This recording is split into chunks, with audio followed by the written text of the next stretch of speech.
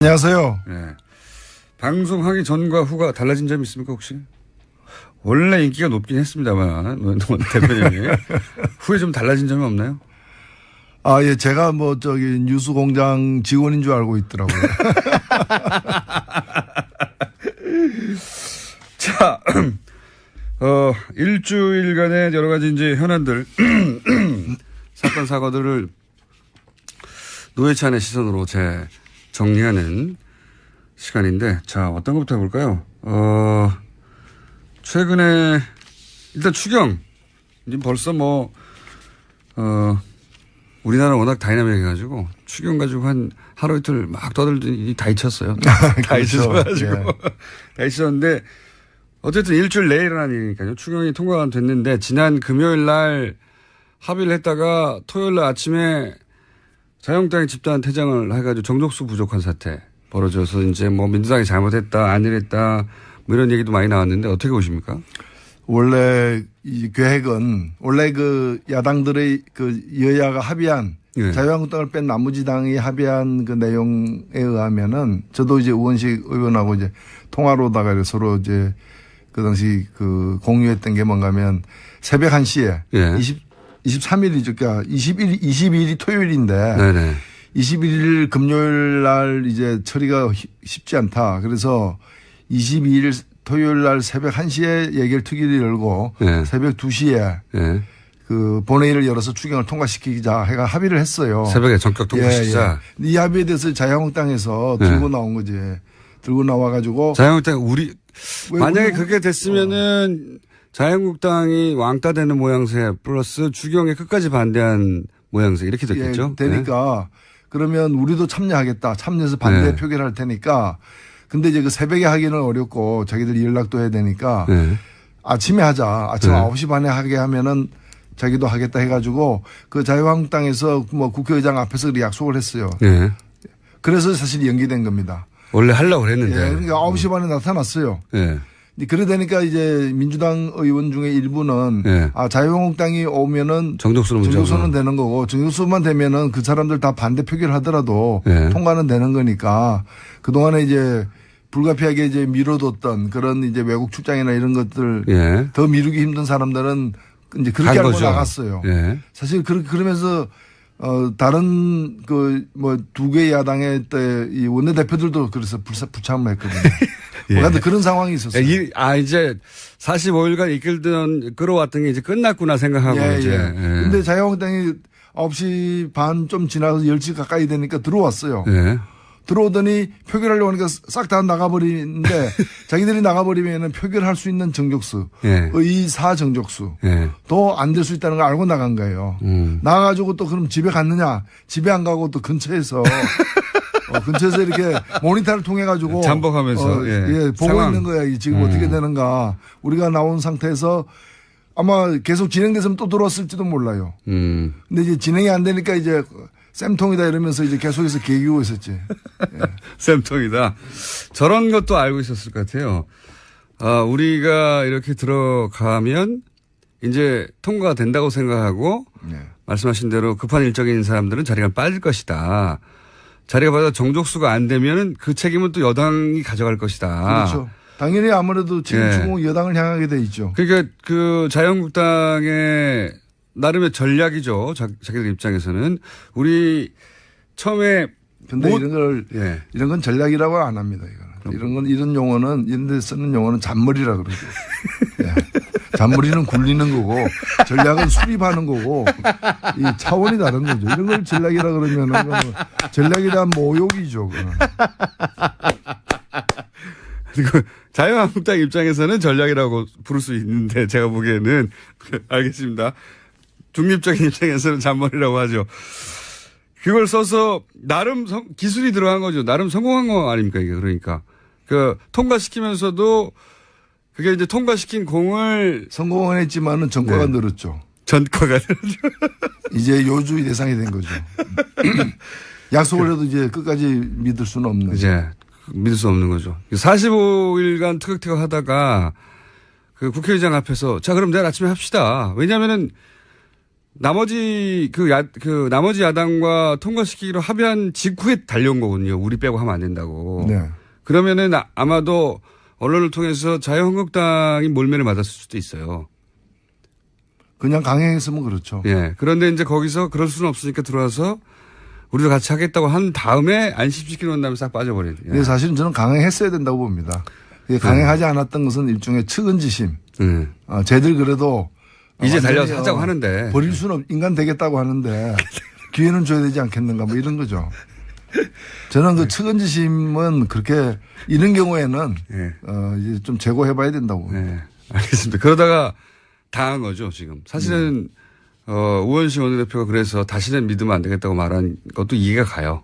예. 그러면서 또 한편으로는 안일했다고 라고 하는 비판도 이해가 가고 여간 전후 사정은 그렇다고 합니다. 전후 사정은. 전략이 아니었다. 자, 그리고 최근에 또 가장 큰 뉴스는 캐비넷에서 나왔던 문서도 있지만 그 두 개 다 여쭤보겠습니다. 원세훈 전 국정원장 재판에서 그 과거에 회의록이 제출됐는데 다 지우고 복원됐죠. 지우고 제출됐던 게 이제 복원됐단 말이죠. 근데 거기 내용을 보면 굉장한 내용이 많습니다. 뭐 언론을 지업해라. 그 언론 지업해라고 뭐 국정원이 있는 거라든지 아니면 총선 후보 등록 시작되면 현장에서 교통 정리를 해줘라. 그리고 뭐 후보 검증, 그러니까 후보를 사실상 국정원이 세운다. 지금은 자유한국당이고 당시면은 한나라당이겠네요. 한나라당의 지자체 혹은 총선 후보를 사실상 국정원이 세운다라는 식으로 발언하거든요. 그리고 교통 정리도 해줘라.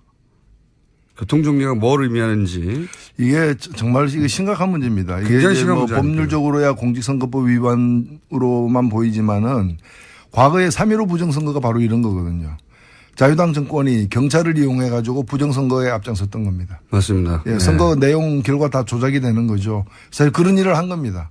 이거는 정권이 날아가는 문제예요. 이것 때문에 이승만 정권이 무너지지 않았습니까? 맞습니다. 그 시절에도 그것 때문에 이승만 정권이 물러났는데 4.19가 그래서 일어나는 거 아닙니까? 네, 그렇죠. 그래서 이것이 어떻게 해서 이제 일이 진행됐고 그 결과가 어떻게 보고됐는지. 왜냐하면 이걸 해놓고 국정원이 이걸 실제로 했다면 내가 볼 때 한글로 지금 증거가 나오고 있는데 이 일을 한 국정원장이 이렇게 했습니다라고 보고를 안 했겠습니까? 그러니까요. 무공을 세운 장군이 왕에게 자기 무공을 감추는 일도 있습니까? 그렇기 때문에 이거는 대통령한테도 보고됐고 보고를 받았다고 저는 볼 수밖에 없고 다만 그 구체적 근거를 갖다가 이제 찾기 위한 수사에 들어가야 된다고 봅니다.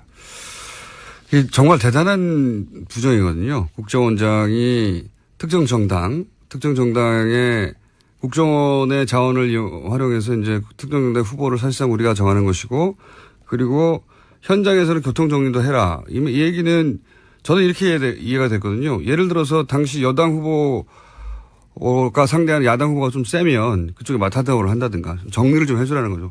뭐 여당끼리 후보가 좀 많으면 좀 낙점한 사람 외의 사람들은 털어내게 해주고 뭐 이런. 국민이 뽑아야 되고 정당이 그 내부 후보자를 가려야 되는데 국정원이 나타나가지고 정리한다는 자체가 이렇게 되니까 레밍 의원 이런 게 생기는 겁니다. 이상한 사람들이 생기는 거죠. 당정청이 아니라 당정청국이 따로 있었던 것 같아요. 실제로 국정원은 지금도 이게 정확하게 그 진상들이 다 안 밝혀지고 있긴 한데 그 당시 국정원은 자유한국당의 내부 기관인 거죠. 이렇게 되면. 한 몸이었어요. 한 몸. 진정한 협치를 갖다가 한 거죠. 한 몸이죠. 그러니까 국정원과 청와대가 전국을 주도하고 밖으로는 이제 그 간판은 이제 정당 이름을 걸었지만 실제 일은 여기서 했다고 봐야죠. 그렇게 보여지는 문서들이 나오고 있고 이제 TF가 활동을 시작하면 더 많은 문서가 나오겠죠. 자, 그런 일이 또 있었고요. 그리고 캐비넷 문건 중에 가장 최신 버전은 MB 시절에 제1롯데 인허가 문제 관련 문서가 등장했다. 이런 내용이 있습니다. 이게 재미있는 것은 이 문건이 어디서 나왔냐는 거예요. 국가안보실에서 나왔습니다.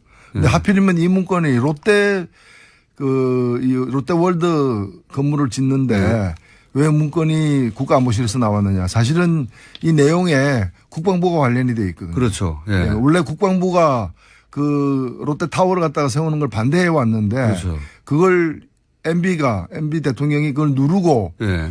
이제 2009년에 허가를 해 준 겁니다. 예. 그래서 누르는 과정에서 국방부기 때문에 청와대에 있는 기구인 국가안보실을 이용해서 국방부를 눌렀을 가능성이 있는 거고 그 조정 결과도 성남에 있는 서울공항 활주로를 갖다가 3도 각도를 갖다가 틀었어. 3도 틀어가지고 왜냐하면 네. 원래대로 놔두면은 비행기가 유사시에 네. 그 롯데타워 때문에 제대로 이렇게 이착륙을 못하니까 그렇죠. 발진하기도 어렵고 하니까 활주로를 갖다 트는 방향. 롯데월드로 옮겨야 되는 거죠 사실은. 근데 그렇죠. 활주로를 또 틀어가지고 네. 이걸 어거지로다가 이제 건물 준공을 갖다 허가를 갖다 한 건데 그 과정에 청와대가 국가안보실을 통해 가지고 국방부를 누르고 조정했다라고 충분히 추정할 수 있는 그런 문건이 나왔는데 문건 생산은 MB 때 했는데 예. 이게 사실은 캐비넷은 박근혜 캐비넷이거든요. 예. 박근혜 청와대 캐비넷이라는 거죠. MB 때 이걸 제가 보기엔 치우고 갔는데 다시 이걸 무슨 필요에 의해서인지 MB 청와대 그 박근혜의 청와대에서 이 문건을 다시 재출력해낸 겁니다. 그래서 갖고 있다가 이번에 드러난 거예요. 예리합니다. 네. 그렇게 생각 못 했는데, 박근혜 정부 시절에 이 롯데 인허가 문제를 다시 재론할 이미 허가가 됐고, 네. 이미 건물로 올라갔어요. 올라갔는데, 네. 박근혜 정부 시절에 롯데를 상대로 해서 뭔가, 뭐랄까요. 딜을 하거나 혹은 뭐 할 때 이런 문서가 필요했을지도 모른다. 이런 추정을 하시는 거죠. 네. 왜냐하면 롯데와 관련해서 청와대가 일을 많이 했어요. 일을 많이 했어요. 예.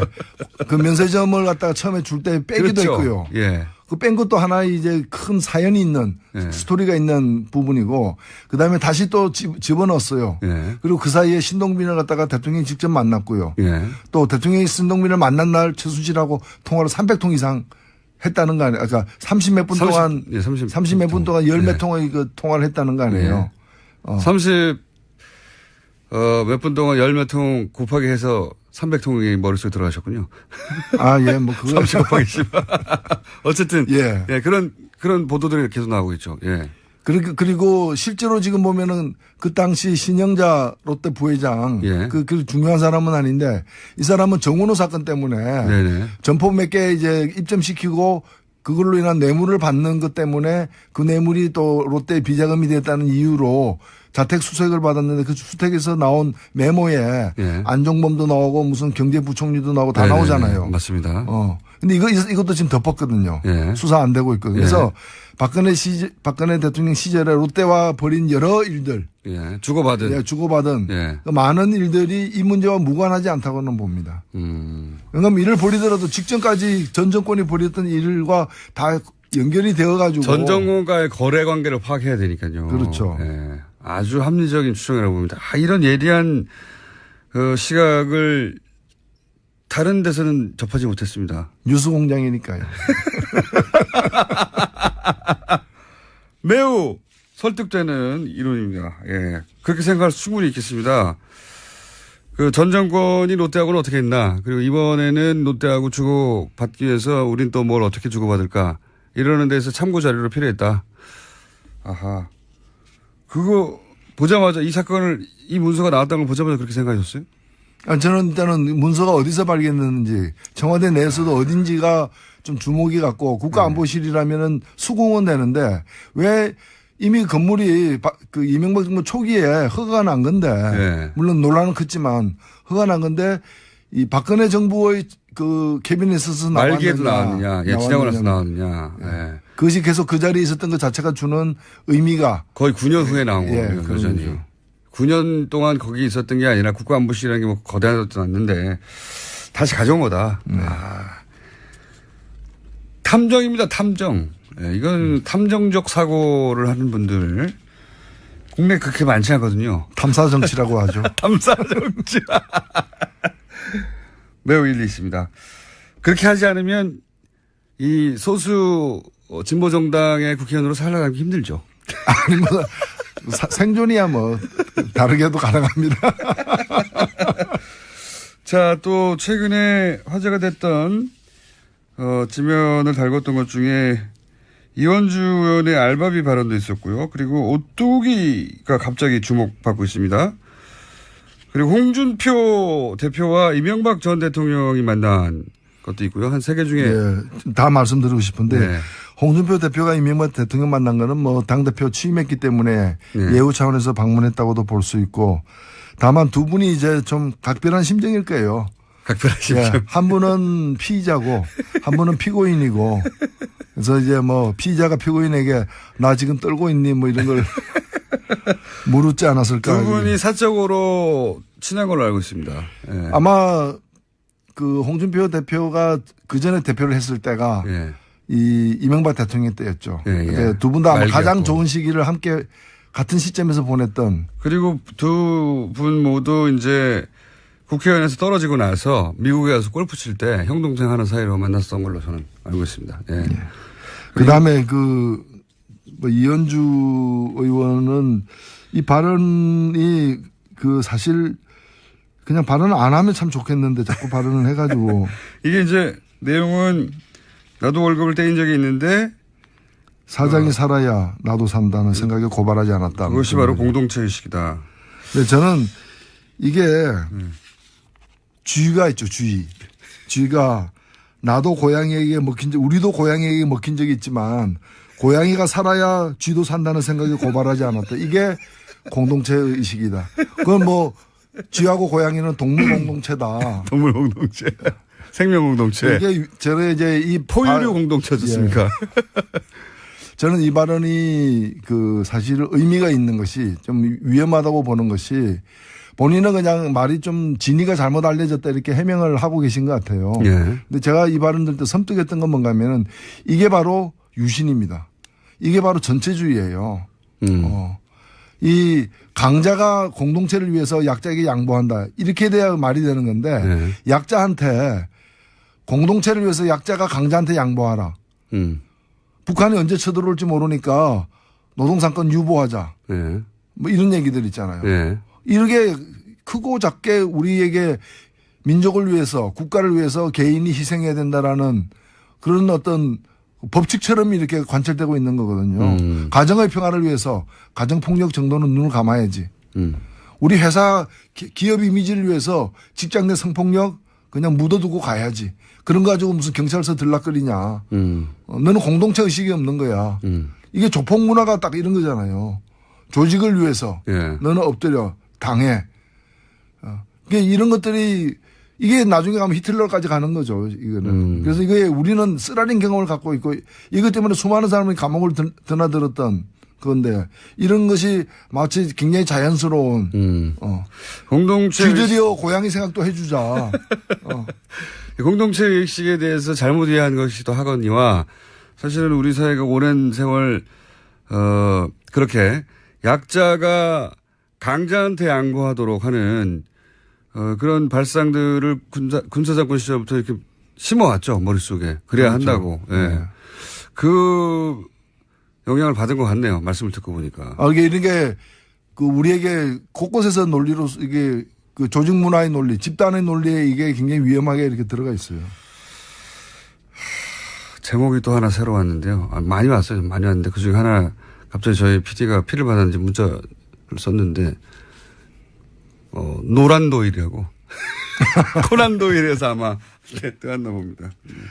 그리고 오뚜기 얘기. 예, 오뚜기 얘기. 할 시간이 있는지 모르겠는데. 한 3분 있습니다. 제가 이 얘기를 한번 한 적이 있거든요. 오뚜기가 얼마 전에 상속을 하면서 창업주가 이제 별세하고 그렇죠. 상속을 하면서 상속세 낸 게 1,500억이에요. 예. 근데 상속세가 세율이 50%거든요. 절반을 내야 됩니다. 그러니까 3천억 재산을 갖다가 상속시키면서 절반을 떼버리고. 그 절반을 갖다 세금으로 낸 겁니다. 어마어마한 일입니다, 사실. 어마어마한 거죠. 예. 근데 삼성그룹은 지금 재산이 100조예요. 예. 이재용 100조인데 이제까지 이 사람들이 상속세를 얼마 냈는가? 16억은 냈어요. 16억 맞습니다. 그러니까 32억은 재산 상속받은 사람의 상속세를 낸 거예요. 맞습니다. 굉장히 대비가 되는 거죠. 그 원죄를 안고 사실은 지금, 그 발단으로 시작해서 지금 그 철장에 있는 겁니다. 그때 아버지가 자식한테 승계할 때 상속세 제대로 안 내고 여러 가지 편법으로 복잡한 구조를 만들어서 하다 보니까 여기까지 온 거죠. 그렇죠. 예, 첫 출발입니다. 아버지가 돈 세금 안 내고 몸으로 떼고 있는 거예요, 지금. 그러니까 삼성 관련해서 뭐 국가 경쟁력이니 뭐 거창한 얘기하고 막 하는데 아니라는 거죠. 저 출발이 돈 안 내려고 이렇게 된 거 아닙니까? 그렇죠. 예. 그 이상 아무것도 없거든요. 돈 안 내려고 하다 보니 막 여러 가지 복잡한 사정도 나오고. 국민연금 것도 마찬가지예요. 그 경영권을 갖다가 제대로 제값을 내면서 예. 제값을 내면서 경영권을 확보하려고 하는 게 아니라 여러 가지 그러니까 굉장히 싸게 먹힌 거예요. 한 3천억, 4천억 이익을 얻기 위해 가지고 예. K스포츠 미르재단에게 그렇죠. 100억, 140억 다 합해가지고 400억 미만의 돈을 쓰고서 남는 3천억 장사죠. 이상의 예. 그러니까 역시 삼성이죠. 투자 대비 효과가 확실하고. 그래서 저는 더더욱이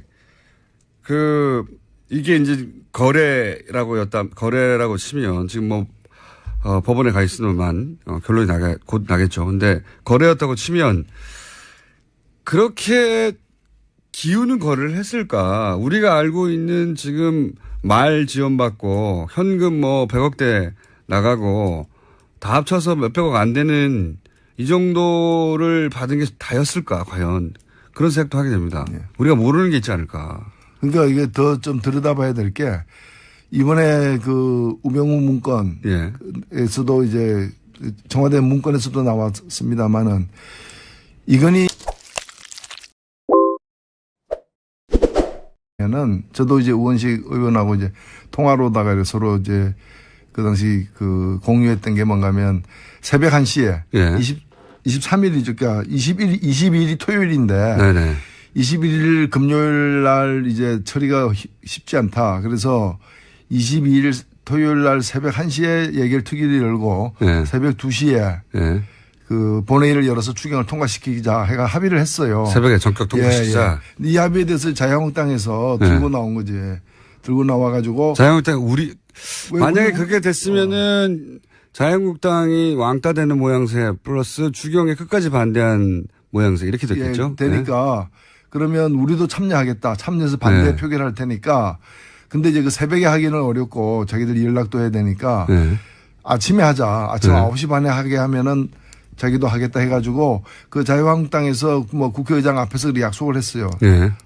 그래서 사실 연기된 겁니다. 원래 하려고 그랬는데. 예, 그러니까 9시 반에 나타났어요. 네. 그래 되니까 이제 민주당 의원 중에 일부는 네. 자유한국당이 오면은 정족수는 되는 거고 정족수만 되면은 그 사람들 다 반대 표결을 하더라도 네. 통과는 되는 거니까 그동안에 이제 불가피하게 이제 미뤄뒀던 그런 이제 외국 출장이나 이런 것들 예. 더 미루기 힘든 사람들은 이제 그렇게 알고 나갔어요. 예. 사실 그러면서 다른 그 뭐 두 개 야당의 이 원내대표들도 그래서 불참을 했거든요. 예. 하여튼 그런 상황이 있었어요. 이제 45일간 끌어왔던 게 이제 끝났구나 생각하고 이제. 예. 근데 자유한국당이 9시 반 좀 지나서 10시 가까이 되니까 들어왔어요. 예. 들어오더니 표결하려고 하니까 싹 다 나가버리는데 자기들이 나가버리면 표결할 수 있는 정족수, 예. 의사 정족수 예. 더 안 될 수 있다는 걸 알고 나간 거예요. 나가가지고 또 그럼 집에 갔느냐? 집에 안 가고 또 근처에서 근처에서 이렇게 모니터를 통해 가지고 잠복하면서 보고 상황. 있는 거야. 지금 어떻게 되는가? 우리가 나온 상태에서 아마 계속 진행됐으면 또 들어왔을지도 몰라요. 근데 이제 진행이 안 되니까 이제 쌤통이다 이러면서 이제 계속해서 개기고 있었지. 예. 쌤통이다. 저런 것도 알고 있었을 것 같아요. 우리가 이렇게 들어가면 이제 통과가 된다고 생각하고 네. 말씀하신 대로 급한 일정이 있는 사람들은 자리가 빠질 것이다. 자리가 빠져 정족수가 안 되면 그 책임은 또 여당이 가져갈 것이다. 그렇죠. 당연히 아무래도 책임지고 여당을 향하게 돼 있죠. 그러니까 그 자유한국당의 나름의 전략이죠. 자기들 입장에서는. 우리